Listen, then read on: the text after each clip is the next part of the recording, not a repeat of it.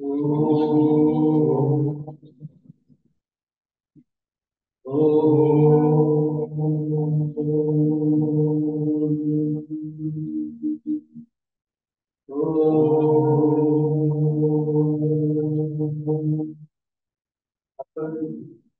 आपण ज्ञानामध्ये स्वतःची ओळख पटवून घेणं त्याच्यावर भर दिलेला आहे आणि त्यात आपण माणसाचे विविध देह व विविध तत्व आणि त्याचे संबंधित असे लोक याचा अभ्यास यापूर्वी केलेला आहे.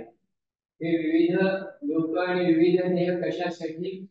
हे जे देह आपले आहे ते ह्या वेगवेगळ्या लोकांशी संबंधित किंवा निगडीत आपली जाणीव या सर्व लोकांमध्ये कार्यरत असते. या लोकांचा महत्वाचा फरक काय? तर ज्या द्रव्यापासून हे लोक बनलेले आहेत त्या द्रव्याच्या गुणधर्मामध्ये फरक असतो.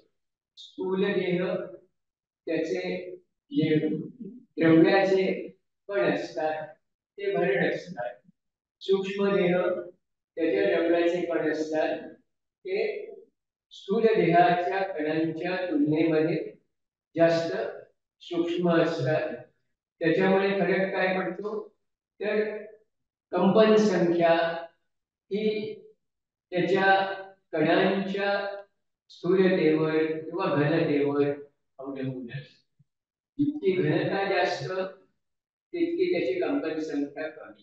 जितकी घनता कमी तितकी त्याची कंपन संख्या जास्त. म्हणजेच स्थूल देहामध्ये आणि लोकांमध्ये कंपन कमी म्हणजे संवेदनशीलता. सूक्ष्म देहामध्ये कंपन संख्या जास्त म्हणजे संवेदनशीलता जास्त. त्यामुळे जसं जसं आपण सूक्ष्म देहाच्या दिशेने जाणीवेची एक वरच्या दिशेने मुवमेंट होत असलेली पाहतो त्यावेळी आपल्याला त्या त्या सूक्ष्म लोकांमधल्या परिस्थितीचं ज्ञान व्हायला जे आपल्याला स्थूल देहाच्या पातळीवर स्थूल लोकांच्या बाबतीत शक्य नसतं. म्हणजे हा सगळा आपल्या जाणीवेच्या विविध देहातून किंवा लोकातून होणाऱ्या संचाराचा परिणाम आहे.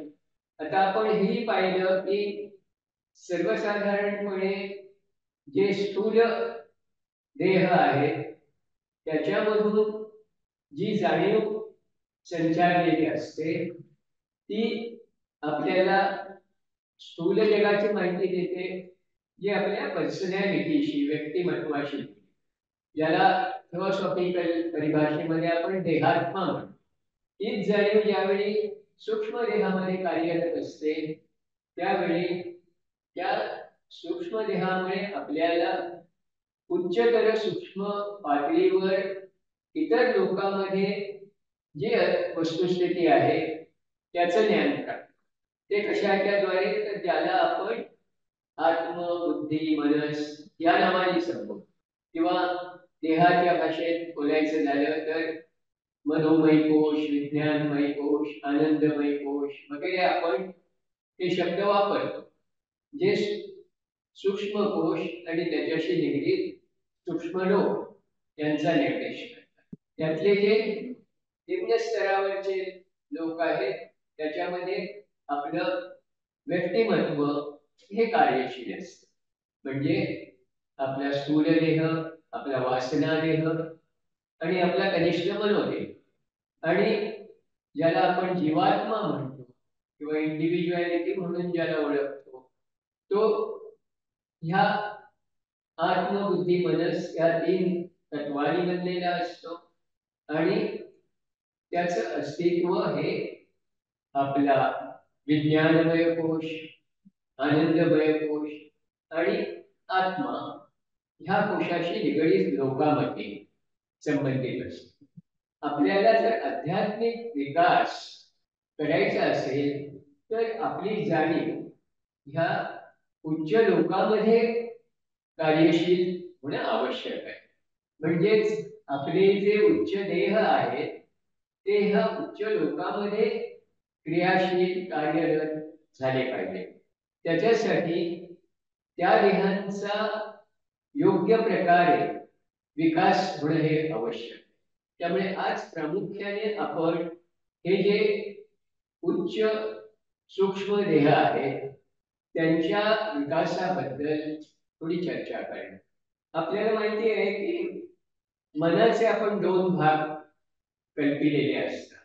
मन तसं एकच असतं, परंतु बहुतेक मेजॉरिटी ऑफ पीपल, बहुसंख्येने मनाची आजची जी अवस्था आहे त्याच्यामध्ये आपलं कनिष्ठ मन हेच विकसित झालेले आहे, जे मनोलोकाच्या सुरुवातीच्या 4 स्थूल उपलोकाशी आणि जे वरिष्ठ मन आहे ते मनोलोकाच्या 3 सूक्ष्म लोकाशी निगडीत आहे, उपलोकाशी. इथे सुद्धा जे आपण भौतिक भूलोकाबद्दल जसे 7 पातळ्या आपण मानतो तशाच त्या प्रत्येक वासना देहाच्या बाबतीतही तसंच आहे आणि मनोदेहाच्या बाबतीत सुद्धा तसंच आहे. त्यामुळे ही 4 आणि 3 7 उपलोक ही कल्पना समजायला अवघड नाही. जे भूलोकाच्या बाबतीत आपण बोलतो तेच इतर लोकांना सुद्धा लागू आहे. सुरुवातीला आपला विकास हा आपण पाहतोय की मानवाच्या उत्क्रांतीमध्ये स्थूल देह हा पहिल्यांदा विकसित झाला. त्याच्यातल्या वेगवेगळ्या पातळ्यावर किंवा उपलोकांच्या पातळीवर. तसंच वासना देहाच्या बाबतीत हा विकास बराचसा झालेला आहे. त्यामुळे वासना देह सुद्धा बहुतेकांच्या मध्ये पूर्णपणे विकसित झालेला आहे. विकसित झाला याचा अर्थ तो ते शुद्ध झालेले आहे असं नाही, पण त्याची वाढ झाली, ग्रोथ झाली. म्हणजे वाढीच्या दृष्टीने फार प्रगती त्याच्यामध्ये अपेक्षित नाही. त्याच्या शुद्धीकरणाच्या दृष्टीने किंवा सुसंस्करणाच्या दृष्टीने, रिफाइनमेंटच्या दृष्टीने प्रगती आवश्यक. मनोदेहाच्या बाबतीत बघितलं तर कनिष्ठ देह हा बराचसा तसा वाढलेला आहे ग्रोथच्या दृष्टीने, पण त्याचा विकास अजून बराच व्हायचा आहे. आणि त्या तुलनेने कनिष्ठ मनोदेहाच्या तुलनेत बघितलं तर वरिष्ठ मनोदेह हा अजून पुष्कळच अविकसित आहे. त्यामुळे आध्यात्मिक प्रगतीच्या दृष्टीने ज्यावेळी आपण विचार करतो त्यावेळी हा जो वरिष्ठ मनोदेह आहे त्याचा विकास केव्हा होतो, कसा होतो किंवा कशामुळे होतो याचा आपल्याला अभ्यास केला तर तो अभ्यास आपल्याला आध्यात्मिक प्रगती साधण्याच्या दृष्टीने मार्गदर्शक करू शकतो. तर आपण पाहिलं की हा जो कनिष्ठ मनोदेह आहे तो ज्याला आपण कॉन्क्रीट थॉट्स म्हणतो, म्हणजे जे विचार आपल्या समोर ज्याचा आपण विचार करत असतो ती वस्तू, त्या वस्तूचं रंग, रूप, आकार या माध्यमातून आपल्या समोर साकार करते.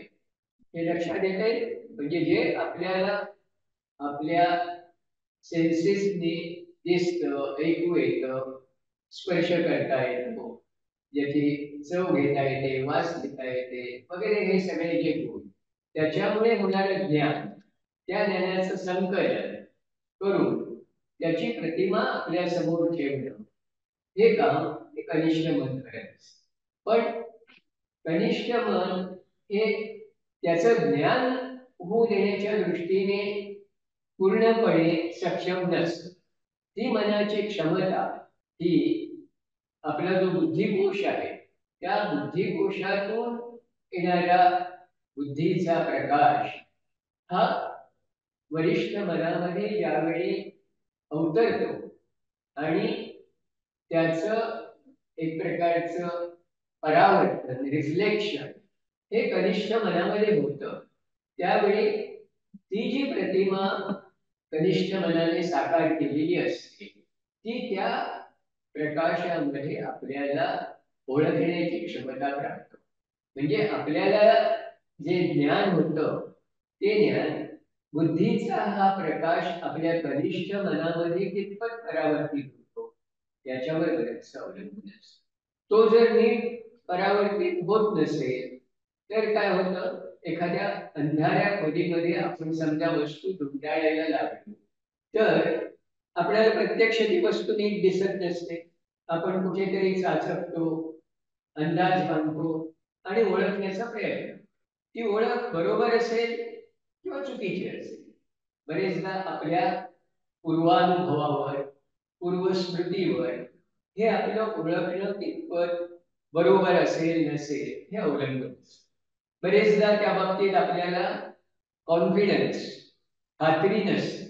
हे असेल नसेल एक प्रकारची संभ्रमित अवस्था असते. त्या बाबतीत शंका कुशंका असतात. हे सगळं ह्या निम्न स्तरावर कनिष्ठ पातळीवर होत. आणि ह्याचं कारण काय, तर जो ज्ञान घडवून आणणारा प्रकाश आहे तो प्रकाश एकतर त्या बुद्धिदेहाचा पुरेसा विकास झालेला नसतोय म्हणून होत असतं, किंवा त्याचा विकास झालेला असला तरी सुद्धा तो प्रकाश निम्न स्तरावर येण्यासाठी जो मार्ग आहे अंतःकरणाचा, जो आपल्या वरिष्ठ मन आणि कनिष्ठ मन यांना जोडणारा मार्ग असतो, त्याला अंतःकरण म्हणतो आपण. तो जर खुला झालेला नसेल तर हे ज्ञान किंवा तो प्रकाश हा निम्न स्तरापर्यंत नीट पोचत नाही. आणि त्यामुळे आपल्याला एखादी वस्तू जरी दिसली तरी तिची अचूक ओळख पटत नाही, त्याचं पूर्ण ज्ञान होत नाही. जे ज्ञान असतं ते बरेचदा अर्धवट असतं. त्यामुळे आपण जे काही पाहतो ते प्रत्यक्ष ज्ञानापेक्षा निकृष्ट थरावरचं असतं. जसं अंदाज बांधणं, अनुमान करणं आणि त्याच्यावरून ओळख पटवणे. जसं आपण तो ह्याचा न्याय म्हणतो, सर्परज्जू न्याय. सर्परज्जू न्याय हे काय आहे, तुम्हाला रज्जू म्हणजे दोर, दोर वाटेत पडलेला आहे, अंधाऱ्या वाटेने तुम्ही जाताय, तुम्हाला वाटतं साप चाललाय, म्हणजे हे अर्धवट ज्ञान आहे. तुम्हाला प्रतिमा दिसते पण ती ओळखता येत नाही, कारण त्याच्यावर पुरेसा प्रकाश पडलेला आहे. हे भौतिक पातळीवरचं उदाहरण आहे. पण ते चपकलपणे ह्या आपल्या अंडरस्टँडिंगच्या प्रोसेसला लागू पडणार आहे. की ज्या अनेक गोष्टी, मग त्या भावनिक असतील, वैचारिक असतील किंवा भौतिक असतील, त्या अचूकपणे ओळखणं हे जोपर्यंत हे ज्ञान बौद्धिक स्तरावरून मानसिक स्तरापर्यंत येत नाही तोपर्यंत आपली स्थिती ही अशी अनिश्चित असते, गोंधळाची असते. आपण फक्त त्या ठिकाणी तर्कबुद्धी लावतो. तर्कबुद्धी ही सर्वसाधारणपणे काय आहे, जिथं आपण कारण आणि परिणाम हे दोन्ही पाहू शकतो आणि त्यांचा संबंध जोडू शकतो. म्हणजेच याच्यामुळे हे झालं. हे होण्याचं कारण काय, तर ते हा जो संबंध आहे तो ज्या पातळीवर आपल्याला समजतो ती कनिष्ठ मनाची पातळी. तर ते ज्ञान हे नेहमीच मर्यादित असतं आणि त्याला निश्चिती नसल्यामुळे त्याच्याबरोबर पुष्कळदा संदिग्धता असते, अनिश्चितता असते, शंका कुशंका असतात. त्यामुळे मन सुद्धा अस्थिर असतं, चंचल असतं. त्याच्यामध्ये निश्चिती, निर्धार, खात्री याचा बरेचदा अभाव असतो. आणि त्यामुळे बरेचदा त्याच्यावर भावनांचा परिणाम जास्त असणे, म्हणजे विचारावर भावनांचा एक प्रकारचा प्रभाव पडतो. म्हणजे मनुष्य जास्त भावनाशील असेल तर तो विचारापेक्षा भावनेच्या आवेगाने विचारावर मात करून पुढे जातो. म्हणजे त्या क्षणी समजा तो रागावलेला असेल तर त्याच्या क्रोधाचा परिणाम त्याच्या विचारावर होईल. तो आनंदात असेल तर त्या आनंदाचा परिणाम विचारावर होईल. म्हणजे मनस्थिती ही अशी पूर्णपणे त्याची अचूक जाण किंवा वास्तवता समजण्यापेक्षा ह्या इतर गोष्टींच्या प्रभावामुळे जशी वाटते तशी ती सत्य म्हणून स्वीकारली जाते. म्हणजे हे यथार्थ ज्ञान असतं तसं नाही. आणि हे पुष्कळदा बदलते, कारण ते तुमच्या जर मनस्थितीवर अवलंबून असेल तर मनाची स्थिती बदलली की तुम्हाला वाटणारी गोष्ट ही वेगळी वाटायला. म्हणजे एखादी व्यक्ती आज मला चांगली वाटली, उद्या तीच व्यक्ती भेटली तर ती तशीच वाटेल असं नाही. कदाचित माझा मूड त्यावेळी वेगळा असेल, किंवा ती व्यक्ती आपल्याला काल वाटलं आपल्याला सहाय्यक ठरेल, मदत करणारी ठरेल, उपयुक्त ठरेल. आजच्या परिस्थितीमध्ये कदाचित ती तशी वाटत नाही. म्हणजेच परिस्थितीमुळे आपण प्रभावित होतो आणि वस्तूची ओळख त्याप्रमाणे. म्हणजे बाह्य गोष्टी ह्या महत्वाच्या ठरतात, त्या वस्तूच्या आंतरिक वास्तवतेकडे पोहोचण्याऐवजी आपण बाहेरच्या वेगवेगळ्या घटकाने प्रभावित. ह्या परिस्थितीतून मग बाहेर कसं पडायचं, ह्या परिस्थितीचा प्रभाव आपल्यावर पडू नये म्हणून आपण काय केलं पाहिजे. एकतर आपले हे जे निकृष्ट देह आहे किंवा जे स्थूल देह आहे ते पुन्हा स्थूल सूक्ष्म हे रिलेटिव्ह आहे, तौलनिक आहे. प्रत्येक सूक्ष्म देह हा त्याच्याशी निगडीत स्थूल देहाशी तुलना करता सूक्ष्म असतो, पण त्याच्याही पेक्षा सूक्ष्मतर देहाच्या तुलनेत तो स्थूल असतो असं म्हणता येईल. त्या त्या दृष्टीने हे मी तौलनिक आहे असं म्हणतो, रिलेटिव्ह. म्हणजे स्थूल आणि सूक्ष्म हे त्या दृष्टीने पाहिलं तर आपली जाणीव सुद्धा तशीच ही कमी जास्त आपल्याला ज्ञानाच्या दृष्टीने परिणामकारक किंवा त्या दृष्टीने प्रतिकूल ठरू शकते. उच्च पातळीवर होणारं ज्ञान हे जास्त प्रत्यक्ष डायरेक्ट अशा स्वरूपाचं असतं, आणि निम्न पातळीवर होणारं ज्ञान हे जसं इतर गोष्टीच्या प्रभावातून पाहिल्यानंतर होणाऱ्या ज्ञानासारखं. म्हणजे जसं एखादी वस्तू प्रत्यक्ष पाहणं आणि मध्ये बुवा असा ट्रान्सपरंट पडदा आहे, त्या पडद्यामधून पाहणं, त्या दोन्हीमध्ये फरक पडतो. जसं आपण बल्बचं उदाहरण देतो, बल्बची जर फिलामेंट डायरेक्ट आपण पाहिली तर ती डोळे दिपवून जाणे इतकी तीव्र असू शकते, पण त्याच्याबरोबर जे ग्लास आहे त्या ग्लासमुळे त्याचं बरेच तेज हे शोषलं जातं, त्या प्रकाशाची तीव्रता कमी होते आणि तुम्हाला मंद माईल असा प्रकाश तुमच्यापर्यंत येतो. त्यामुळे खऱ्या प्रकाशाची तीव्रता तुम्हाला त्याचा अंदाज बांधणे शक्य होत नाही, आणि त्या खऱ्या प्रकाशाने कदाचित तुम्ही दिपून जाण्याची शक्यताही असते. त्यामुळे तुम्हाला त्या तुमच्या अवस्थेमध्ये तो उपयोगीही पडण्यासारखा बरेचदा नसतो.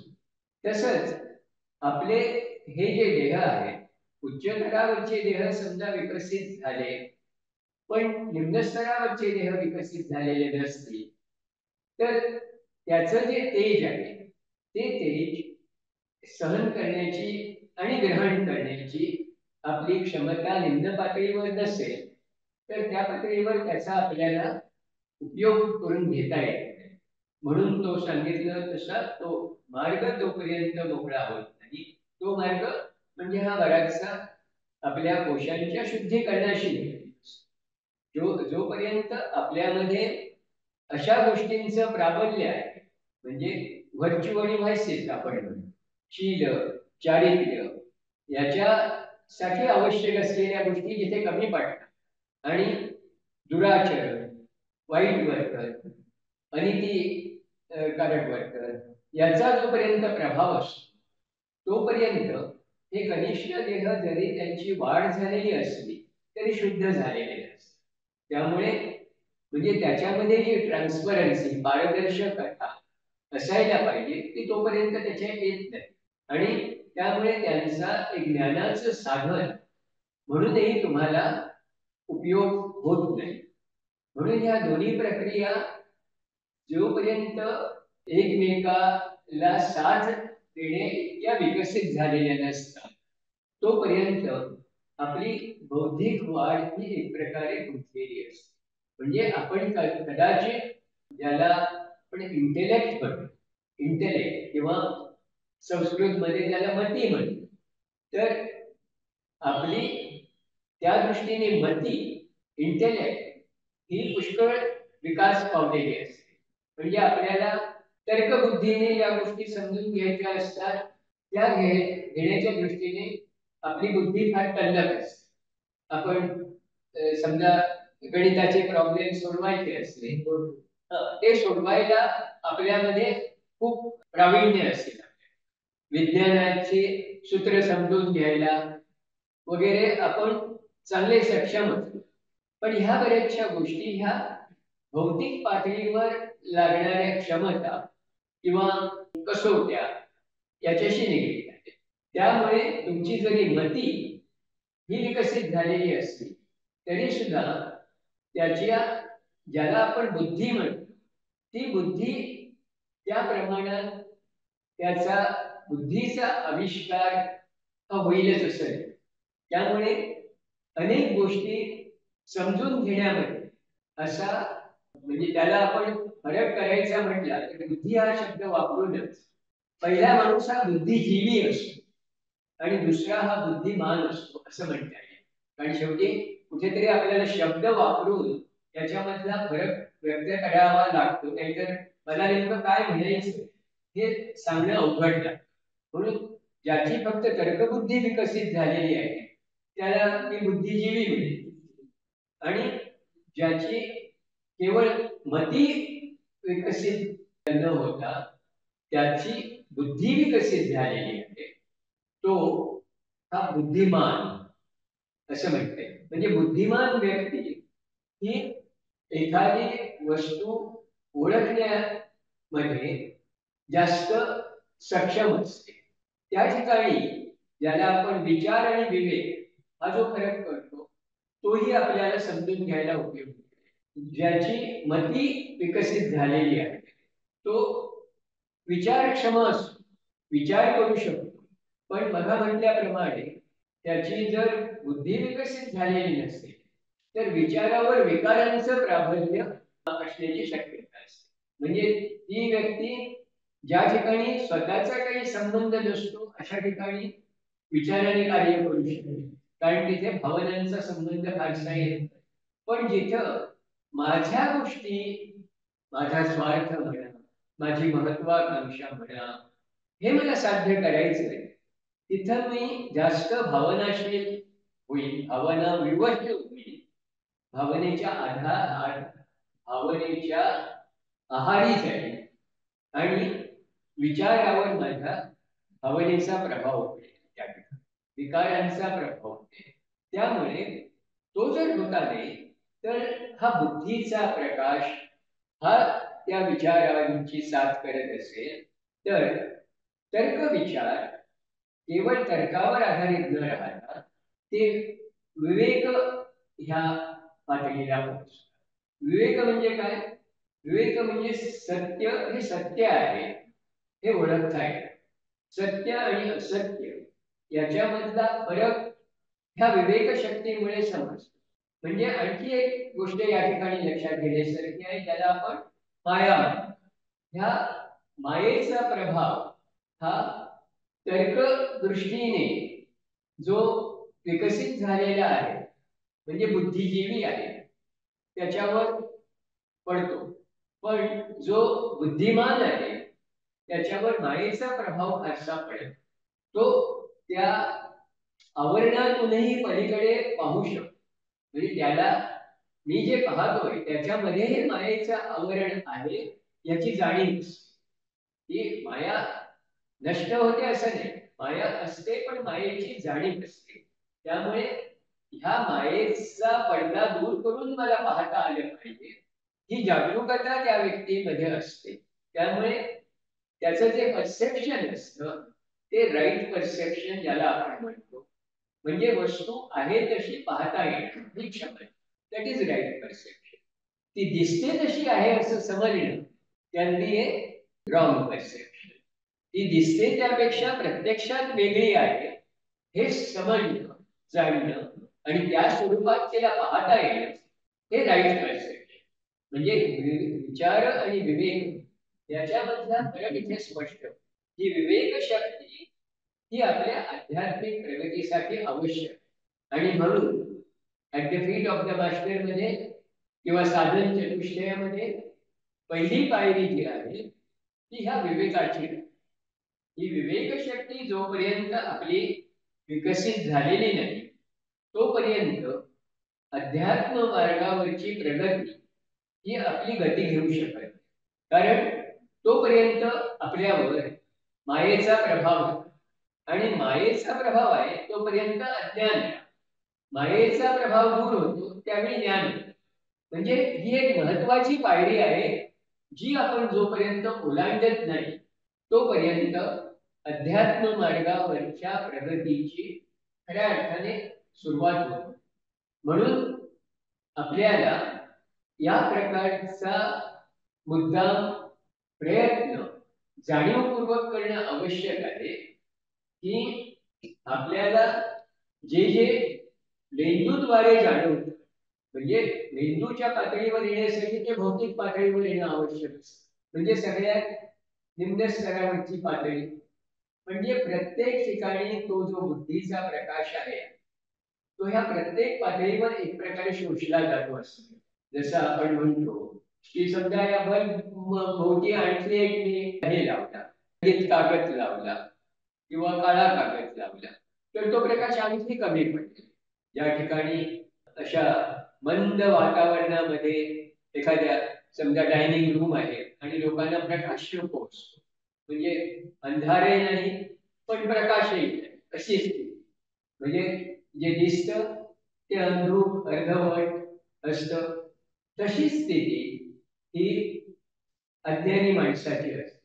त्याला जे ज्ञान असतं तो अज्ञानी म्हणजे ज्ञानच नसतं असं नाही, पण ते जे ज्ञान असतं ते अर्धवट असतं. आणि त्या अंधाराची सवय झाल्यामुळे ज्ञानाचा प्रकाश सुद्धा कित्येक वेळा तुमचे डोळे दिपून टाकणार.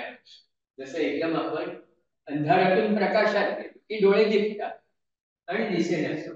ही जी प्रोसेस आहे ही ग्रॅज्युअली झाली तर ती आपल्याला सहन करण्याची क्षमता आली नसते. अचानक झाली तर ते सहन होत नाही. म्हणजे गीतेमध्ये बघा की श्रीकृष्ण अर्जुनाला दिव्य दृष्टी देतात त्यावेळी तो घाबरतो, त्याला घाम फुटतो, त्याचे डोळे दिपून जातात, कारण ती क्षमता आहे. आणि शेवटी तो म्हणतो तू ज्या सावळ्या रूपात आहेस तोच मला बरा.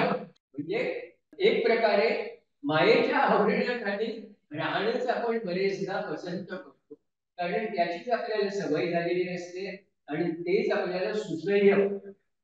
त्यामुळे अचानक होणारी ही जी काही प्रगती आहे ती सुद्धा सहन करण्याची क्षमता आपल्या देहामध्ये आलेली नसेल तर आपली बुद्धी स्थिर ठेवणं हे सुद्धा पुष्कळाने शक्य होत नाही. ही सुद्धा हेलकावे खायला लागते. स्थितप्रज्ञ, स्थितप्रज्ञ ही प्रज्ञा, ही प्रज्ञा हा तो बुद्धीचा खरा. मती आणि प्रज्ञा असा भेद तिथं आपल्याला. मती ही तुम्हाला निम्न स्तरावरची अवस्था आहे आणि प्रज्ञा ही त्याच्यावरची अवस्था आहे. म्हणजे त्या ठिकाणी तुम्हाला जो प्रज्ञावान असतो तो केवळ बुद्धिमान नसतो, तर बुद्धीच्या जोडीला तो प्रेमळ असतो, त्याच्यामध्ये सहानुभूती असते, त्याला कळवळा असतो, इतरांचं दुःख जाणवतं, इतरांच्या आनंदाने तो आनंदित होतो. म्हणजे त्याच्यामध्ये हा जो स्वार्थ असतो तो स्वार्थ निघून गेलेला असतो. किंवा जरी तो स्वतःसाठी काही करत असला तरी तो इतरांच्या हिताच्या आड येईल किंवा विरोधात जाईल असं काही करणार नाही. जे काही तो स्वतःसाठी करेल त्यावेळी तो इतरांचाही विचार करेल. 4 गोष्टी स्वतःसाठी करत असेल तर काही गोष्टी दुसऱ्यांच्याही साठी करेल. दुसऱ्यांवर अन्याय होणार नाही याची काळजी घेईल. किंवा एखादा कोणीतरी दुसऱ्यावर अन्याय करत असेल तर अन्याय करणाऱ्याचा प्रतिकार करण्यासाठी पुढे येईल. म्हणजे आपण गोल्डन शेअर्स मध्ये ज्या वेगवेगळ्या गोष्टी दाखवलेल्या आहेत त्याच्यामध्ये क्रमशः हेच दाखवलेले आहे की तुमचे हे जे विविध कोश आहेत, a clean life, an open mind, a pure heart. So gradually you see every vehicle has to undergo a change and change for better. तर हे झालं तर एक एक पायरी तुम्ही वर चढता. त्या सोनेरी जिन्याची एक एक पायरी वर चढणं आणि शेवटी त्या टेम्पल ऑफ विजडम त्याच्या ह्याच्याशी येऊन पोहोचणं हे केव्हा शक्य आहे तर हा असा क्रमशः विकास झाला पाहिजे. एकदम आपण एखादा त्या निर्विकल्प निर्बीज समाधीच्या अवस्थेत पोहोचला तर तशी कल्पना केली तर अगदी शेवटच्या पायरीवर उड्डाण करून पोहोचणं असं होईल की ते म्हणजे रिव्होल्युशन ज्याला म्हणतात, ॲज अगेन्स्ट इव्होल्युशन. कसं आहे, evolution is a gradual process, क्रमशः होणारी प्रगती त्याच्यामध्ये. कारण क्रमशः प्रगती का, कारण ही जी ग्रोथ अँड डेव्हलपमेंट, वाढ आणि विकास ही आहे ही अचानक होत नाही. This is not in relation to consciousness, this is in relation to the medium of consciousness. जाणीवेला प्रकट व्हायला जे माध्यम लागतं त्या ते माध्यम जाणीवेला जितकं अनुरूप असेल त्या प्रमाणात जाणीव ही त्याच्यातून प्रकट होत असते. Awareness, yes, manifestation of awareness through vehicles I am talking about. To the extent the vehicle is ready, consciousness will manifest. If the vehicle is not ready, which means vehicle has not grown or developed to a state where consciousness can manifest fully, then consciousness is always capable of that expression or expansion or unfoldment, but it has to find an appropriate, suitable, developed medium for it. And that medium is the principles or the vehicles of man, which are not yet fully developed. They are in the process of development. And this process is a gradual process, time consuming process. It is not sudden. Therefore, sometimes it can happen suddenly by accident. That may happen. But accident is again a one-time manifestation. It may not happen every time. It is unpredictable. Because after all, it is an accident. It is not governed by the usual laws of nature. Sometimes by coincidence of certain factors accidentally coming together may result into certain things which you are aspiring for since long. And it may happen, but it may not be the result of your regular sadhana. It may be consequent to certain accidental happening. So that we should keep apart. तसं होणं शक्य असतं. जसं आपण बघतो एखाद्या माणसाला accident होऊन मेंदू स्पेशली ब्रेन इंजुरीज मध्ये वगैरे असं होतं की काही तुमच्या सबकॉन्शियस मधल्या मेमरी जागृत होतात वगैरे. कित्येकांना पूर्वजन्माची स्मृती जागृत होते वगैरे. कारण त्याचं कुठेतरी हे आपल्या जसं आपण म्हणतो की आपले हे आहे ग्रंथी आहे किंवा pituitary body and pineal gland. Then those are the organs which are not yet awakened.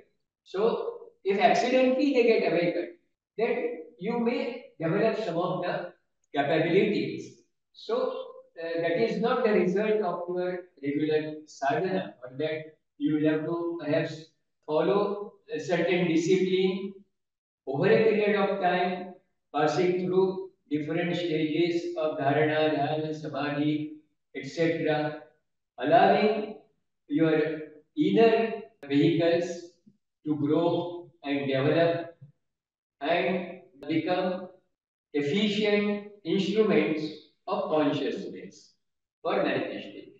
तर कारण देह हा आपल्या आत्म्याचे जे तीन हे आहेत, आत्मबुद्धी मनस किंवा सच्चित आनंद अशा स्वरूपातही आपण त्याचं वर्णन करतो.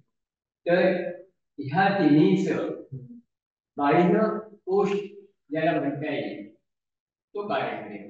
म्हणजे ह्या कारण देहामध्ये ही तिन्ही तत्व सामावलेली असतात आणि त्यामुळे आध्यात्मिक प्रगती म्हणजे कारण देहाचा विकास असं म्हटलं तरी चालेल.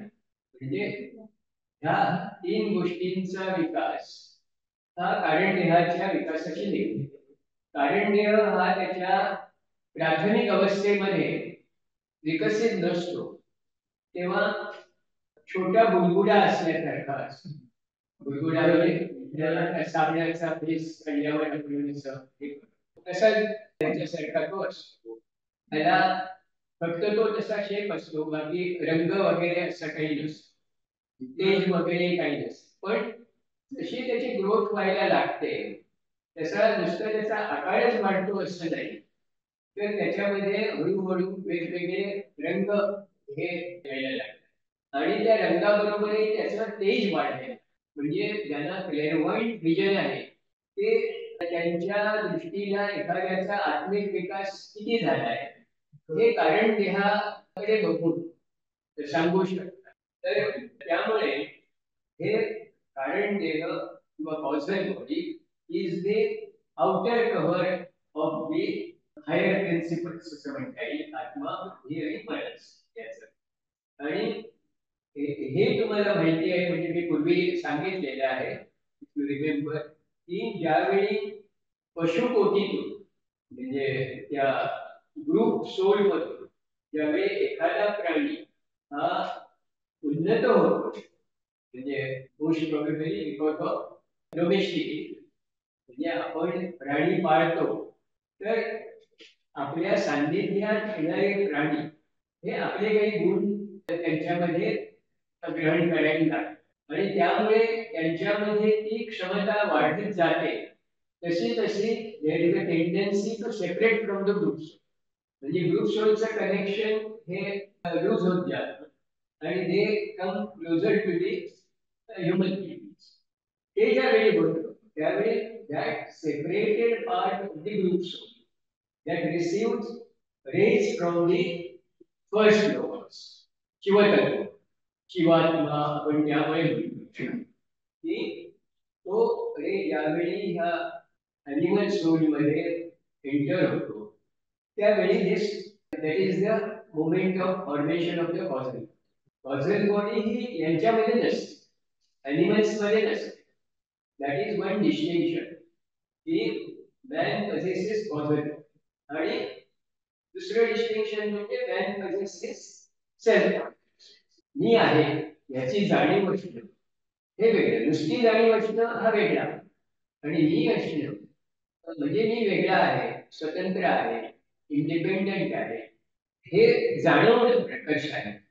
हे माणसाचं वैशिष्ट्य आणि तीच जाणीव माणसाला स्वतःच्या कर्तबगारीने उन्नत होण्याची संधी देते. प्राण्यामध्ये ती नसते. प्राणी जे उन्नत होतात विक्रांत होतात ते नैसर्गिक इव्होल्युशनरी प्रोसेस त्याच्यामुळे ते होत असतात. त्यांना असं स्वतः काही वाटत नाही. म्हणजे वाघाला असं नाही वाटत की मी अधिक बलवान वाघ झालं पाहिजे, की इतरांबरोबर उपमत घालवली. इम्पल्सिव्ह जे काही टेंडन्सीज असतील ती गोष्ट वेगळी, म्हणजे जे स्वभाव धर्म त्यांचा.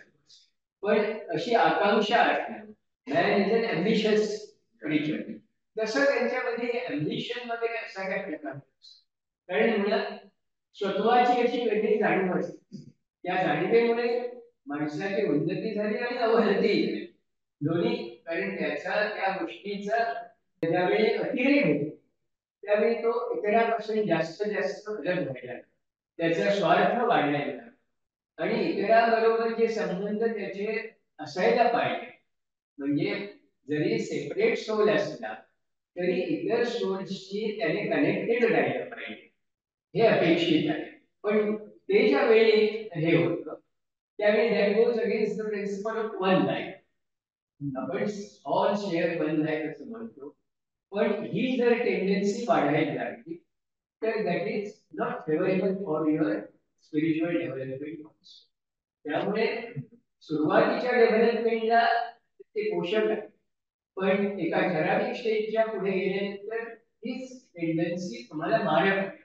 हे लक्षात घेऊन जर आपण योग्य वेळी आपली दिशा ठरवली आणि तो बदल घडून आणला, म्हणजे याला आपण प्रवृत्ती मार्गावरून निवृत्ती मार्गावर जाणं म्हणतो, ते घडलं तर त्याचा आध्यात्मिक विकास व्हायला लागतो, नाहीतर नुसता भौतिक विकास. आज बरेचस काय झालेलं आहे, भौतिक विकास वेगाने होतो आणि आपण त्यालाच महत्व देतो, त्यालाच महत्व देतो. म्हणजे कसं, आपण लिव्हिंग स्टँडर्ड, कशाला आपण स्टँडर्ड लिव्हिंग स्टँडर्ड म्हणतो, तर एखादा माणूस किती मिळवतो, त्याचा पगार किंवा तो किती खर्च करतो, या खर्च करण्याला खूप महत्व आहे. किती कॅलरीज तो कन्झ्युम करतो, म्हणजे इंडियातला माणूस 2000च कॅलरीज कन्झ्युम करतो, म्हणजे तो दरिद्री आहे. अमेरिकेतला किंवा युरोपमधला 3000 कॅलरीज कन्झ्युम करतो, म्हणजे तो विकास झालेला आहे त्याचा. म्हणजे आपली बेसिक स्टँडर्ड ही भौतिक स्टँडर्ड्स आहेत. कारण कन्झम्पशन ऑफ फूड किंवा तुम्ही कुठल्या घरात राहा, किती स्क्वेअर फूट यार्डाच्या घरात तुम्ही राहा, याच्यावर तुमचा विकास आहे. तुम्ही किती हॉर्स पॉवरची गाडी वापरता, किती स्पीडने तुम्ही जाऊ शकता, म्हणजे सगळे all these concept are earthly लोकांशी निगडीत असलेले कन्सेप्ट, आणि त्यामुळे सूक्ष्म गोष्टींचं भान आपण भरवून बसलेलो आहोत किंवा त्या बाबतीत आपण असंवेदनशील नाही. त्यामुळेच आपली आध्यात्मिक प्रगती थांबलेली आहे, जी पूर्वीच्या काळात याची समतोल अशा जीवनशैलीने काळजी घेतलेली. तुम्ही जास्तीत जास्त निसर्गाच्या सान्निध्यात राहावं, निसर्गाशी सहकार्याने बघावं आणि इतराबरोबरचे तुमचे व्यवहार हे त्या दृष्टीने असले पाहिजे. तुमची सामाजिक जबाबदारी, कौटुंबिक जबाबदारी, ह्या गोष्टींना जे महत्व होतं ते पुढे पुढे व्यक्ती स्वातंत्र्याच्या नावाखाली कमी कमी होतं. म्हणजे व्यक्तीच्या विकासासाठी त्याला स्वातंत्र्य पाहिजे, त्याबद्दल दुमत नाही, पण जसं तुम्ही स्वतःला व्यक्ती स्वातंत्र्य मिळालं पाहिजे असं वाटतं तुम्हाला, तसंच दुसऱ्याने व्यक्ती स्वातंत्र्य मिळालं पाहिजे असं तुम्हाला वाटतं का?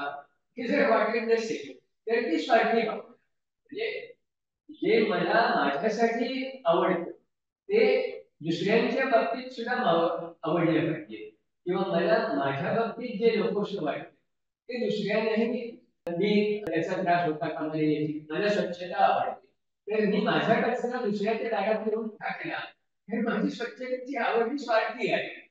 म्हणजे भौतिक पातळीवर जरी बघितलं, कारण मला स्वच्छता आवडते मग त्याला सुद्धा आवडेल असतं हा विचार माझ्याकडून येत नाही.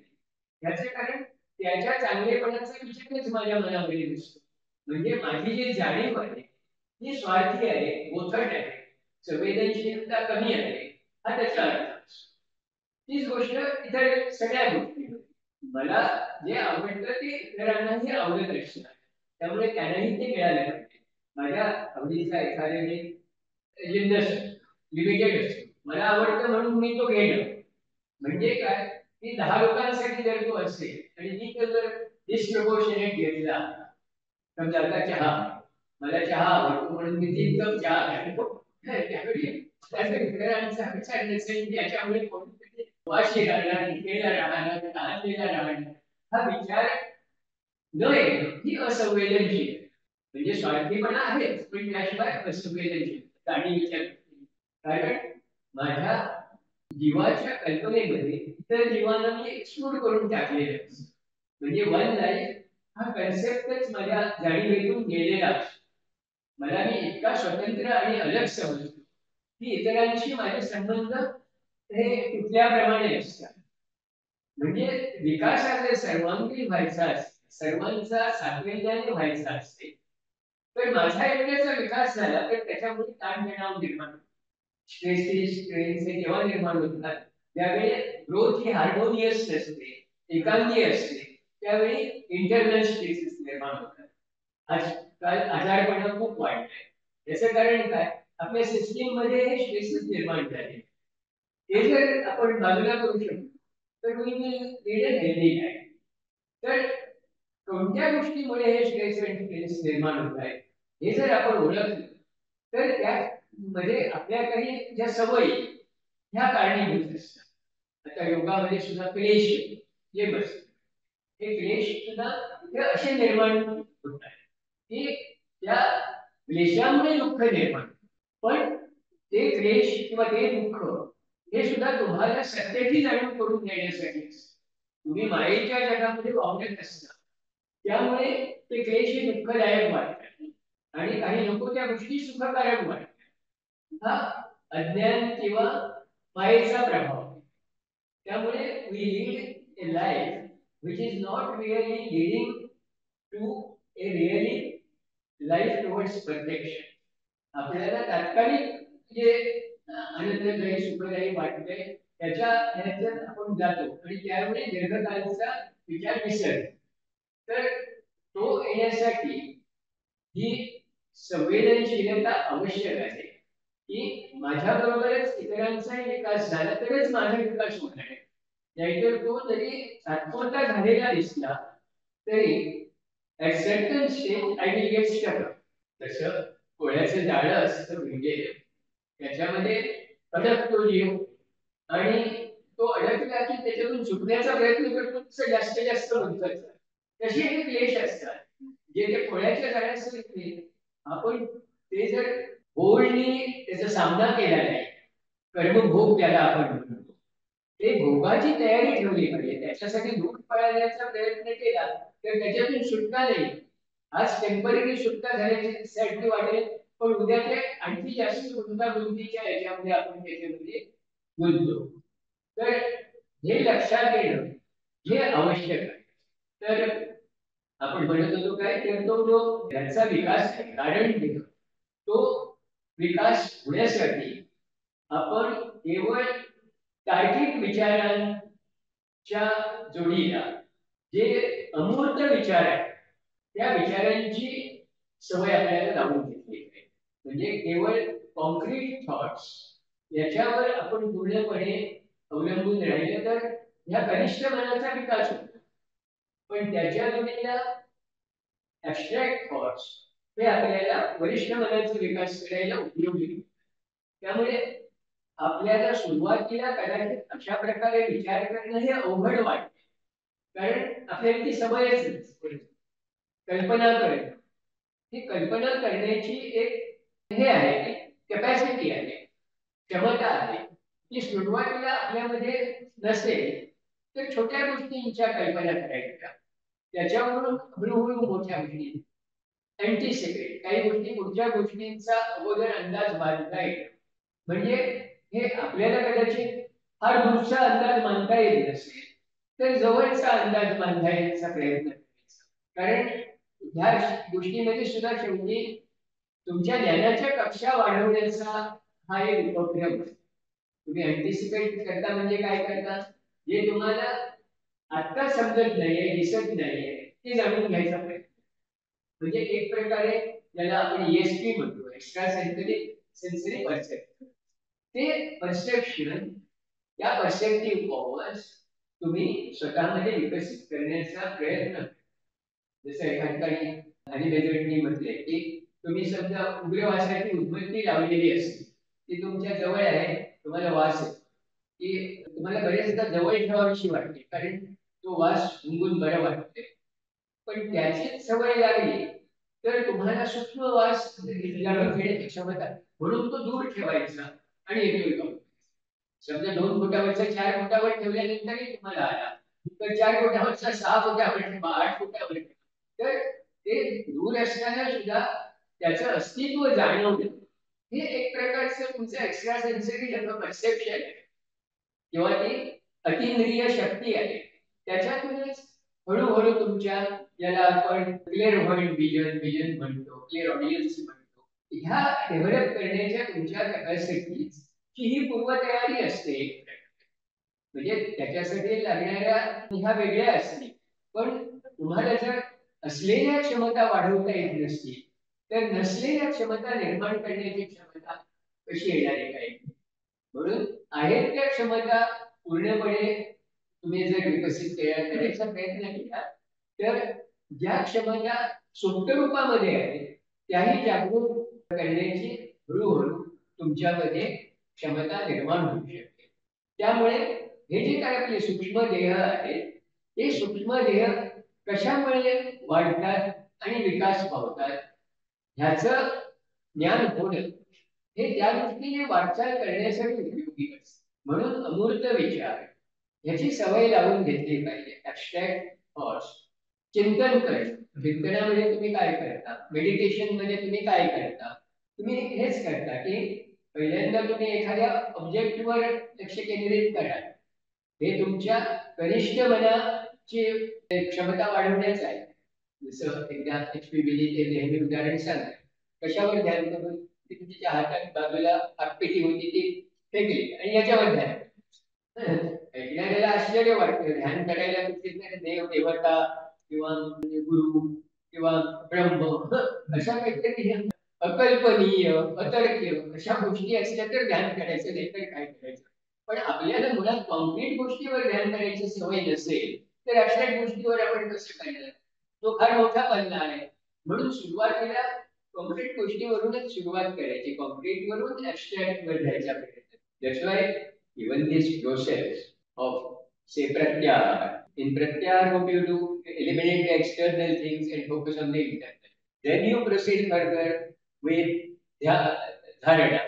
In dharana, even in internal things, you focus on one thing and eliminate all other things. Then dhyana. In dhyana, whatever you have held exclusively in your mind, you try to understand it fully from all angles and go to the essence of the things. That is dhyana. And then in samadhi, what even you try to go beyond that which you are observing, including the observer. So what is observed and the observer, both get eliminated and only observation as a process remains without observer and without object. So Krishnamurti has even told many things which people think something totally different from the traditional things, but it is not. Only his presentation is different. He has made it more acceptable to the Western community who is more influenced by science and technology. So those people who find scientific ways to everything appealing, they are more convincing. And we are also passing through the same stage now with development of science. So it is appealing to us also. But if we can combine ancient wisdom with modern science, then perhaps we will develop a more all-rounder perception, which is not only one-sided or which is not only focusing on the outer appearance. Because in yoga, what we try to understand is that which is imperceptible. What is perceptible is observed by science. But we want to see even that which is imperceptible to our senses, which means we want to go beyond senses and we want to go to the essence of a thing. Both. It is a two-way approach. With reference to object, we want to go to the essence of the object.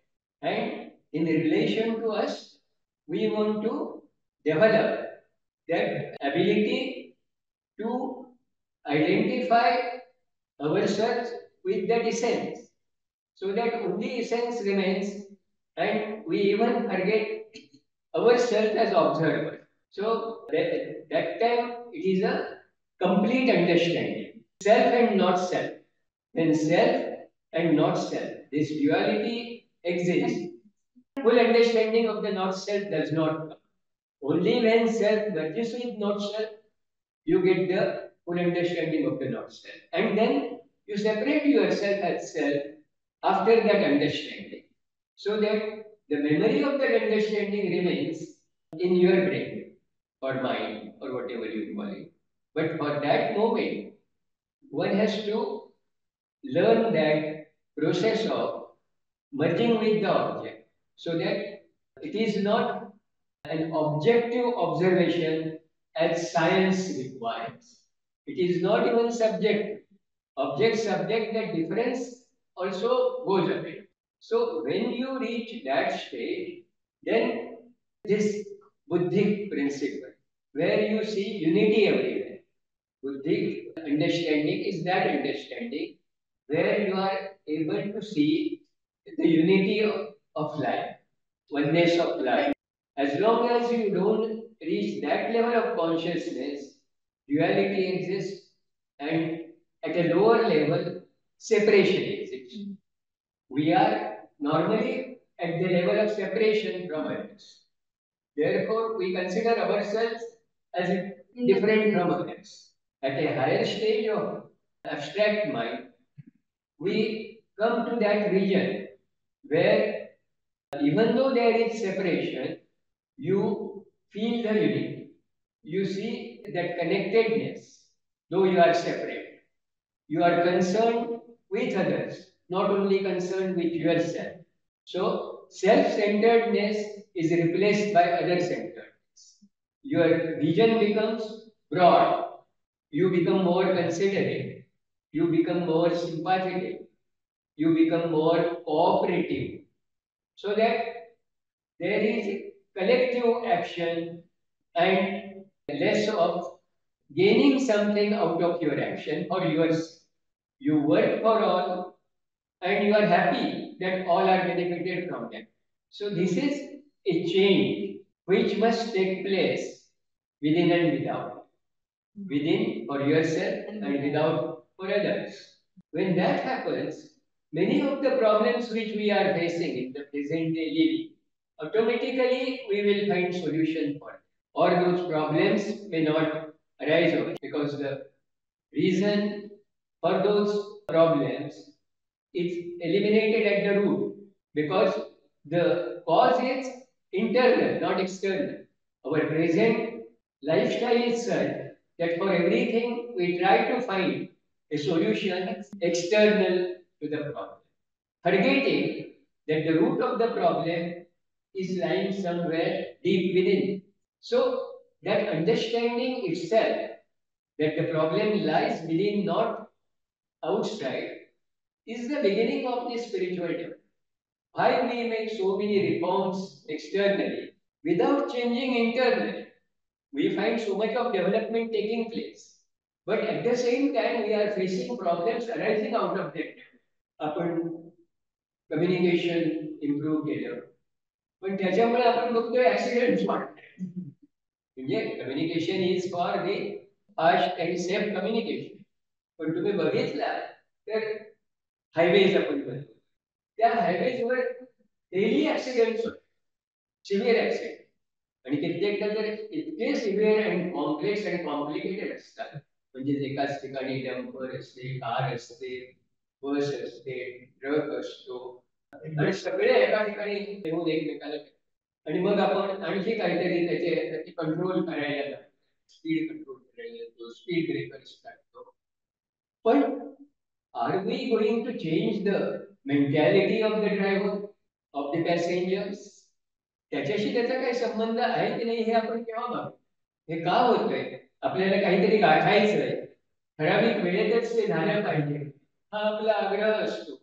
आणि त्याच्या फुलफिलमेंटसाठी इतर अनेक internal गोष्टी आपण sacrifice करत असतो आणि manifestation त्याचं प्रॉब्लेम्स मध्ये होतं to maintain the balance which is disturb आणि हा बॅलन्स डिस्टर्ब कोण करत असतो हे जोपर्यंत आपल्या लक्षात येत नाही तोपर्यंत we are at the root of the problems हे आपल्याला समजतच नाही त्यामुळे आपण पुष्कळदा दुसऱ्यांना दोषी धरतो त्यांच्यावर खटले भरतो त्यांना कुठेतरी इम्प्रिझन करतो आणि we hope that hereafter there will be no problems पण त्याने संपत नाही तुम्ही फक्त काय लक्षणं दूर करत असता रोगाची नेहमीच हे उदाहरण आहे पण ते अप्रोप्रिएट आहे. कारण आपण बऱ्याचशा आपल्या उपचार पद्धतीमध्ये मला दिसतंय काय झालेलं wrong, that wrong I try to remove. कुठेतरी आपल्याला फोड आलेला असतो, तो फोड कसा ऑपरेट करून काढून टाकला तर तो जाईल असं वाटतं. जातोय तो, म्हणजे दिसायचा जातो, पण तो कुठेतरी दुसरीकडे उद्भवतो, कारण त्याचं cause is steel deeper somewhere. तर हे जे काही डीपर प्रॉब्लेम्स आहेत ते पाहण्याची दृष्टी आपल्याला, ही जर आपण सूक्ष्म आपली जी व्हेकल्स आहेत ती योग्य प्रकारे डेव्हलप झाली तर आपल्याला जाणवायला. योगाची प्रॅक्टिस का करता तुम्ही? योगाच्या प्रॅक्टिस मध्ये you develop those inner capacities. तुम्हाला वेगवेगळ्या प्रकारच्या सिद्धीच प्राप्त का होतात? कारण त्या सिद्धीच बीज स्वरूपाने तुमच्यामध्ये असतातच, पण फक्त त्यांना वाव द्यावा लागतो. जसं कुठलंही बी हे जोपर्यंत तुम्ही जमिनीमध्ये पुरत नाही, त्याला पाणी देत नाही, सूर्यप्रकाश मिळत नाही, तोपर्यंत ते त्याच्यामधले जे चैतन्य आहे ते सुप्त स्वरूपातलं चैतन्य जर्मिनेट होऊन वर येणार कसं? तसंच आपल्यामधल्या ह्या बऱ्याचशा गोष्टी ह्या सुप्त स्वरूपामध्ये आहेतच, पण त्या सुप्त स्वरूपात आहेत याची जाणीव मुळात नसणं हे आपल्या आहे त्या स्थितीत राहण्याचं कारण आहे. कारण त्यावेळी आपल्याला या तमस त्याचा प्रभाव असतो. म्हणजेच प्रॉपर्टीज ऑफ अवर व्हेइकल. तमस म्हणजे काय? कारण दे आर ऑफ मॅटर आणि मॅटर इज मोस्टली इनर. त्यामुळे इनर्शिया ही आपली प्रॉपर्टी असते. पण त्याचबरोबर आपले जे आत्मतत्व आहे ते चैतन्याचं प्रतीक. त्या आत्मतत्वाची जाणीव असेल तर त्याच्यामध्ये जे विल, विस्डम, लव हे ज्या काही क्वालिटीज आहेत ती विल आपण जर ही तमस्वृत्ती घालवण्यासाठी वापरली तर तमस्वृत्ती कमी होते आणि राजसवृत्ती वाढते. मग तुम्हाला बदल करता येईल. तर बदल घडवायचा असेल तर ती तमोवृत्ती गेली पाहिजे, नाहीतर आपण आहे त्या स्थितीमध्ये. आणि त्याला नियंत्रित करण्याची शक्ती त्याचबरोबर पाहिजे. तुम्ही एखाद्याला गती दिली पण ऍक्सिलरेटर बरोबर ब्रेक सुद्धा लागतात गाडीला, नाहीतर तुम्ही ऍक्सिलरेटर दाबून गाडी तुम्ही तुफान चालवता आणि पुन्हा ऍक्सिडेंट करता. ते होता नाही तर ब्रेक पाहिजे. म्हणजे हे आपल्या अंतर्गत रचनेमध्ये सगळं आपल्याला विकसित केलं पाहिजे. त्या क्षमता आपल्याला दिलेल्या आहेत, पण त्या सुप्त रूपात. तर विल, विस्डम हे आपल्याला डेव्हलप केलं तर आपल्याला तमस आणि रजस वृत्तीला रोखता येईल ज्या ठिकाणी रोखायचे, आणि त्यांचा समन्वय साधता येईल आणि सत्व वृत्तीचा प्रभाव वाटेल की ज्या ह्याच्यामध्ये अवर स्पिरिट और soul will find expression through our wills. ही वृत्ती जोपर्यंत आपण बुद्ध्या जाणीवपूर्वक जाणून बुजून विकसित करत नाही तोपर्यंत त्या विकासापासून आपण दूर राहतो. बाह्य विकास होतो आणि त्याच्यातच आपल्याला समाधान असेल तर ठीक आहे. We spend a life of so-called happiness, you can say, which one day is going to end, because it is only a periodical thing that happiness follows sorrow, sorrow follows happiness. ते एक जात राहणं. त्या चक्रातून बाहेर पडायचं असेल तर तुम्हाला तो विवेक शक्ती जागृत केली पाहिजे. तात्कालिक काय आणि कायम टिकणारं काय, वास्तव काय, अवास्तव काय, खरं काय, खोटं काय, उपयुक्त काय, निरुपयोगी काय, हानिकारक काय, हे सगळं समजण्याची क्षमता म्हणजे विवेक. ही विवेक बुद्धी केव्हा जागृत होते? ज्यावेळी when consciousness functions at higher levels beyond the curtain of Maya. मायेच्या या प्रभावाच्या पलीकडे जाण्याची क्षमता तुमच्यामध्ये आहे, पण जोपर्यंत तुम्ही स्वतःला घडून घेतलेल्या या मर्यादा किंवा बाउंड्रीज स्वतःच क्रॉस करत नाही आणि पलीकडे जात नाही तोपर्यंत ती बंधनं तुम्हाला बांधून ठेवतात. म्हणजे एक प्रकारे वी हॅव इम्प्रिझन्ड अवरसेल्फ. आपणच आपल्याला जेलमध्ये डांबून ठेवलेलं आहे आणि त्याची एवढी सवय झाली की ते जेलच्या बाहेर यायची सुद्धा भीती वाटते. कैद्यांची ही मानसिकता बरेचदा असते की समाज आपल्याला स्वीकारेल की नाही ही त्याला भीती असते. त्यामुळे तो पुन्हा त्याच ह्याच्यात पडण्याची शक्यता जास्त असते. व्यसनी माणूस पुन्हा व्यसनी होतो. का होतो? कारण त्याला ती बदललेली परिस्थिती त्याच्यामध्ये जगणं म्हणजे एक वेगळं जीवन जगण्यासारखं असतं. तर प्रवृत्ती बदलणं हे सोपं नाही. त्या बदलण्यासाठी तेवढी दृढता, निश्चयशक्ती असते. ती एखाद्या कैद्यामध्ये किंवा एखाद्या व्यसनी माणसामध्ये नसेल तर त्याला बदलणं, सुधारणं ही सोपी गोष्ट नाही. तुम्ही बाहेर त्याच्या भोवती वातावरण निर्माण करा, सत्संगाचा परिणाम वगैरे ह्या गोष्टी आहेत. पण कधीतरी त्या सत्संगातून तो निष्ठून जातो बाहेर, त्याच्याच सारखे लोक त्याला सापडतात आणि जो काही थोडाफार परिणाम त्या सत्संगाचा झालेला असतो तो निघून जायला वेळ लागत नाही. कारण त्याच्या मुळाशी जाऊन जो बदल घडणं अपेक्षित असतं तो झालेला नसतो. त्यामुळे हे हा चढ उतार जोपर्यंत आहे तोपर्यंत तुमची अध्यात्म मार्गावरची प्रगती ही एकाच दिशेने आणि वाढत्या वेगाने होणं हे शक्य नसतं. म्हणून त्याच्यासाठी ती साधना ही त्यासाठी आहे की you discipline yourself to move in the same direction without deviating on the attractive pathways going side by side. तुम्ही राजमार्गावरून चालता, राजयोगाच्या मार्गाने चालताय, त्यावेळी ही वेगवेगळ्या प्रकारची आकर्षणं असतात, मोह असतात आणि ती टाळण्या इतकी आपली कनिष्ठ देह हे सक्षम विकसित झालेले नसतात. त्यामुळे काळजी घेणं आवश्यक असतं. ओव्हर कॉन्फिडन्स टाळायचा असतो. मुद्दा मोहाच्या ठिकाणी जायचं आणि स्वतःची टेस्ट करायची असं कित्येकाला वाटतं. ते करणं चुकीचं आहे असं नाही, पण आपली क्षमता ओळखूनच ते करावं. ती जर क्षमता जर तुमच्यामध्ये आहे की नाही याबद्दल तुम्हाला शंका असेल तर ते रिस्क घेऊ नये. गुरुची आवश्यकता ही सुद्धा एका ठराविक याच्यापर्यंत असते, पण ती कुठपर्यंत आहे ते आपल्याला आपलं ओळखता आलं पाहिजे. हे केव्हा होतं? ज्यावेळी तुम्हाला अंतरंगातून काही प्रेरणा मिळायला लागतात, मार्गदर्शन व्हायला लागतं आणि त्या मार्गाने जायचा प्रयत्न करायचा तुमच्यामध्ये धीर आणि आत्मविश्वास येतो. त्यावेळी गुरुची गरज ही कमी कमी व्हायला लागते. तोपर्यंत तुम्ही गुरुचा जेवढा उपयोग करणं आवश्यक आहे तेवढा तो करायचा, पण त्याचबरोबर स्वावलंबनाची, सेल्फ रिलायन्सची सवय छोट्या छोट्या गोष्टीतून लावून घ्यायचा प्रयत्न केला पाहिजे. त्याच्यासाठी विवेक विवेक असेल तर हे शक्य आहे. गुरुची आवश्यकता कुठपर्यंत आहे, किती आहे, कुठे मी स्वतःच्या प्रयत्नाने गुरुच्या आधाराशिवाय जाऊ शकेल हे ठरवायला सुद्धा विवेक लागतो ना. बरेचदा तो नसतो. आपल्या मनामध्ये गुरुबद्दल श्रद्धा असणं हा वेगळा भाग, पण त्यामुळे परावलंबित्वाची भावना जर निर्माण झाली की गुरुशिवाय माझं चालणारच नाही, गुरु असेल तरच मला पुढे जाणं शक्य आहे, अशी मनोवृत्ती ही तुमच्या विकासाच्या आड येऊ शकते. त्यासाठी तुम्हाला तो आत्मविश्वास, कारण दॅट इज नो डायसेल्फ. स्वतःला ओळखणं म्हणजे काय? की गुरुमध्ये ज्या क्षमता आहेत त्या माझ्यामध्ये बीजरूपाने आहेत असं वाटणं हे सुद्धा आवश्यक आहे. आणि त्याचा विकास करणं ही गुरुची जबाबदारी नसून माझी जबाबदारी आहे ह्याचीही जाणीव घेणं हेही आवश्यक आहे. त्यासाठी आवश्यक तेवढं मार्गदर्शन मला गुरुकडून मिळावं ही माझी अपेक्षा जास्त आहे.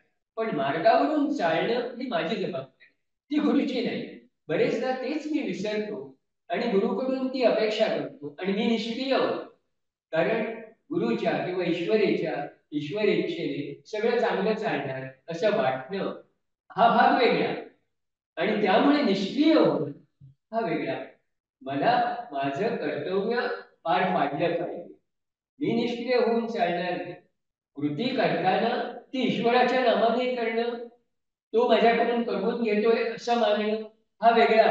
आणि कृतीच न करणं, तो करेल तर होईल, तो करणार नाही तर होणार नाही असं अशा मनोवृत्तीने वागणं हे अपेक्षित नाही. ती तमस वृत्तीच आहे.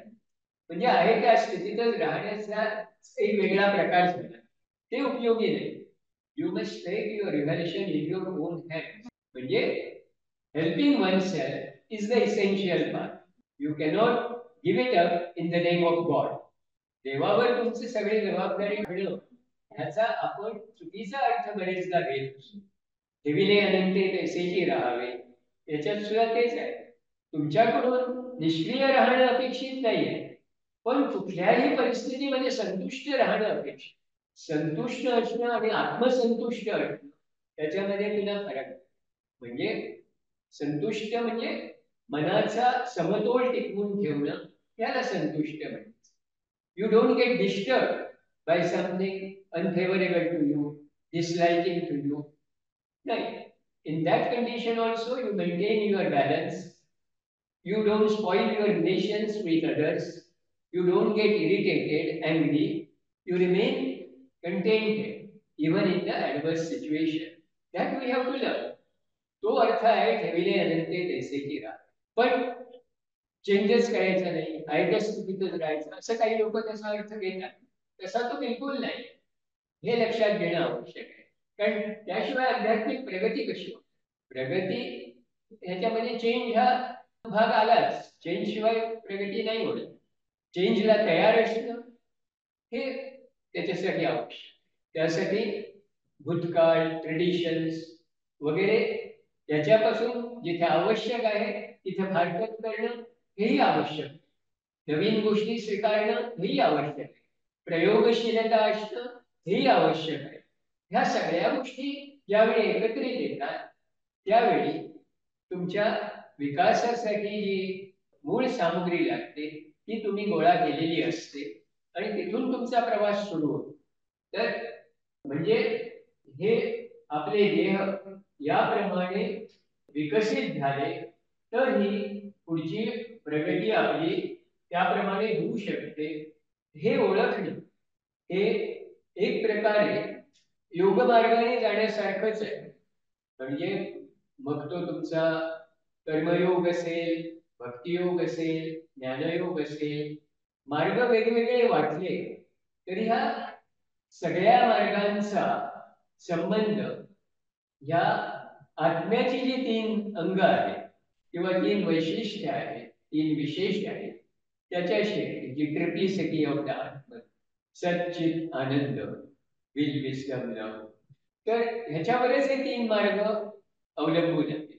तुमच्या 3 प्रकारच्या वृत्ती, तुमचे टेम्परामेंट, त्या सगळ्याशी हे निगडित आहे. त्यामुळे तुम्हाला जो मार्ग सहज साध्य वाटेल, सोपा वाटेल तो तुम्ही निवडा आणि त्यातून जे आज्ञाचं अंग तुम्हाला पहिल्यांदा विकसित करणं सोपं वाटतंय ते करायचा प्रयत्न करा. ही 3 अंग पुन्हा एकमेकापासून अलग नाही, ती एकमेकाशीच निगडित आहे. त्यामुळे कुठल्याही अंगाने तुम्ही गेलात तरी आत्मविकास हा साधन आहे आणि त्याच्यामध्ये समतोल राहणं हे तुम्हाला अंतःप्रेरणेनेच जाणवायला लागेल. तुम्ही भक्ती मार्गावर असाल तर सुरुवातीला तुमचा इमोशनल डेव्हलपमेंट होईल, पण त्या मार्गाने जात असतानाच तुम्हाला हळूहळू ज्ञानाची आवड निर्माण होईल. तुम्ही अधिक जाणून घेण्यासाठी प्रयत्नशील राहाल किंवा त्यातूनच तुम्हाला परमेश्वराची सेवा करत असताना कुठेतरी पेशंटची सेवा करावी किंवा गरिबांना सहाय्य करावं, लोकांचं कुठेतरी दुःख दूर करावं, अशा सारख्या ऍक्टिव्हिटीज मध्ये रस निर्माण होईल. म्हणजे हे स्वाभाविकपणे घडतं. तुम्ही कोणत्याही एका मार्गावर ज्ञान मार्ग हा तसा शुष्क मार्ग आहे, कारण त्याच्यामध्ये भावनांचा फारसा भाग येत नाही, सेवेचाही भाग येत नाही. पण माणूस कसा ज्ञानी होतो तसा त्या ज्ञानाच्या प्रकाशामध्ये त्याला ह्या गोष्टी जाणवायला लागतात की माझी ही प्रगती ही एक प्रकारे एकांगी प्रगती आहे. ती जर जाणीव नसली तर तो माणूस पंडित होतो आणि त्या पांडित्याचा गर्व निर्माण होतो आणि त्या पांडित्याची शेती तो मिरवायला लागतो. पण त्याला जर त्याची जाणीव जागृत असेल तर पांडित्य वाढतंय पण इतर गोष्टींमध्ये कुठेतरी मी कमी पडतोय ह्याची जाणीव होऊन तो मग भक्ती मार्गाकडे वळतो, कर्म मार्गा किंवा सेवा मार्गाकडेही वळतो आणि अशा प्रकारे त्याची ओव्हरऑल अशी ग्रोथ, डेव्हलपमेंट ही व्हायला लागते. तर हे स्वाभाविकरित्या घडतं. त्यामुळे तुम्ही कुठला मार्ग निवडता हे तेवढं महत्वाचं नाही. जे तुमच्या स्वभावाला, स्वधर्माला तुम्हाला जवळचं वाटतं ते करा. ते निष्ठेने करा, सातत्याने करा, दीर्घकाळ करा. योग्य वेळी तुम्ही अशा एका पायरीवर येता की ज्यावेळी हे मार्ग वेगवेगळे नाही आहेत हे तुमच्या लक्षात यायला लागतं आणि तुम्हाला अंतिमतः ज्या ठिकाणी तुम्ही पोहोचणार आहात तिथे या तिन्ही मार्गांची आवश्यकता आहे हे जाणवायला लागतं आणि ती जाणीवच तुम्हाला पुढे न्यायला लागते.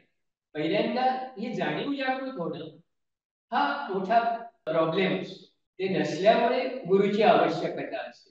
तुम्हाला झोपेतून हटवून जागं करण्याचं काम गुरु करत असतो. एक प्रकारे तुमचा अहंकार दूर करण्याचं काम तो करत असतो. मी कोणीतरी वेगळा आहे, स्वतंत्र आहे, आत्मनिर्भर आहे, अशी आत्मनिर्भराची एक चुकीची कल्पना तुम्ही जर बाळगली असेल तर ती दूर करायचं काम गुरु करतो. पण ती चुकीची कल्पना दूर झाल्यानंतर खरोखर तुम्ही आत्मनिर्भर खऱ्या अर्थाने होणं हेही आवश्यक असतं. आत्मनिर्भरतेची खोटी कल्पना दूर सारून प्रामाणिकपणे आत्मनिर्भर होणं, इतरांचा योग्य तो आदर ठेवणं, इतरांचा योग्य तो अधिकार मान्य करणं आणि स्वतःच्या क्षमतांचा स्वतःसाठी आणि इतरांच्यासाठी उपयोग करायला शिकणं हे अध्यात्म मार्गावरच्या प्रगतीमध्ये अपेक्षित. जो पुढे जातो तो पुढे गेला तरी त्याच्या पुढेही कितीतरी लोक असतात आणि तो मागे असला तरी त्याच्या मागेही कितीतरी लोक असतात.